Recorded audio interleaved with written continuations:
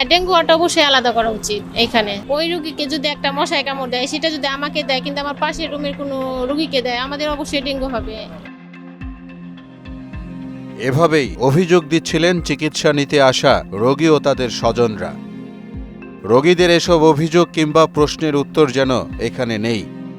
সাধারণ রোগীদের সাথে একই ওয়ার্ডে ঘুমাচ্ছে ডেঙ্গু রোগী, রাত হলে মশারিও টানানো হচ্ছে না। এমন ঘটনায় আতঙ্ক বিরাজ করছে সবার মধ্যেই। আমরা যেহেতু ডেঙ্গু রোগী, ঠিক আছে, যেহেতু হয়ে গেছে, মনে করেন যে আশেপাশে যারা আছে তারা তো আর ডেঙ্গু রোগী না, তো একটা ওয়ার্ডের ক্ষেত্রে ওইটা পুরোটা দিয়ে দিলে আমাদের সুবিধা হইতো আর কি। আজকে 3 দিন ধরে মেয়েরে ভর্তি করছি, এরা মুসুর কথা বলেও নাই, আর আমরা তো এগুলো জানি না, আমরা আবার কি করুম, এইভাবে আর কি থাকতেছি।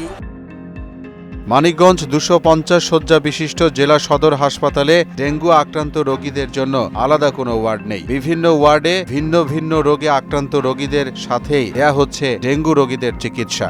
সুদবিহীন ব্যাংকিংয়ে আত্মশুদ্ধির পথ এনআরবিসি ব্যাংকের ইসলামিক ব্যাংকিং আল আমিন। হাসপাতালের চারপাশের পরিবেশ নিয়েও রয়েছে অভিযোগ।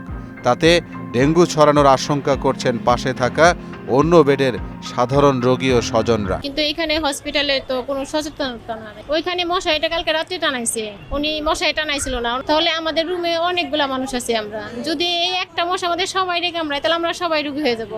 নার্সরা যদি কেয়ার নিত তাহলে ওরা বোধহয় মশা অবশ্যই টানাইতো। এবার ওরা যখন কামড়াইতে সেই মশা এসে আমাকেও কামড়াইতে পারে। ডেঙ্গু রোগীর প্রয়োজনীয় উপকরণ অর্থাৎ মশারির সেরকম ব্যবস্থা দেখতেছি না। আর আসলে ডেঙ্গু রোগীদের আলাদা ওয়ার্ডেরই ব্যবস্থা করা উচিত বলে আমি মনে করি।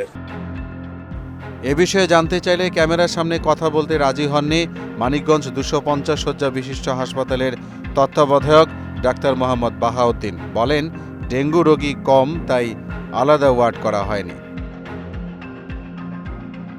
সরকারি দপ্তরের কোনো ধরনের মশক নিধন কিংবা সচেতনতামূলক কার্যক্রম না থাকায় মশার বংশবিস্তার বৃদ্ধি পাচ্ছে বলে মন্তব্য করেন অনেকে। তাদের যে সচেতনমূলক যে কার্যক্রমগুলো রয়েছে সেগুলো আপাতত হচ্ছে না। এটা যত দ্রুত সম্ভব এই কার্যক্রমগুলো নিলে আমি মনে করি ডেঙ্গু রোগীর যে প্রকোপটা কমবে। জানুয়ারি থেকে আজকে পর্যন্ত আমাদের এখানে 101 জন ভর্তি হয়েছিল, তার মধ্যে 27 জন সুস্থ হয়ে বাড়ি চলে গেছে। আজকে 9 জন সুস্থ হয়ে বাড়ি চলে গেছে, আর এই মুহূর্তে 14 জন আমার হাসপাতালে ভর্তি আছে।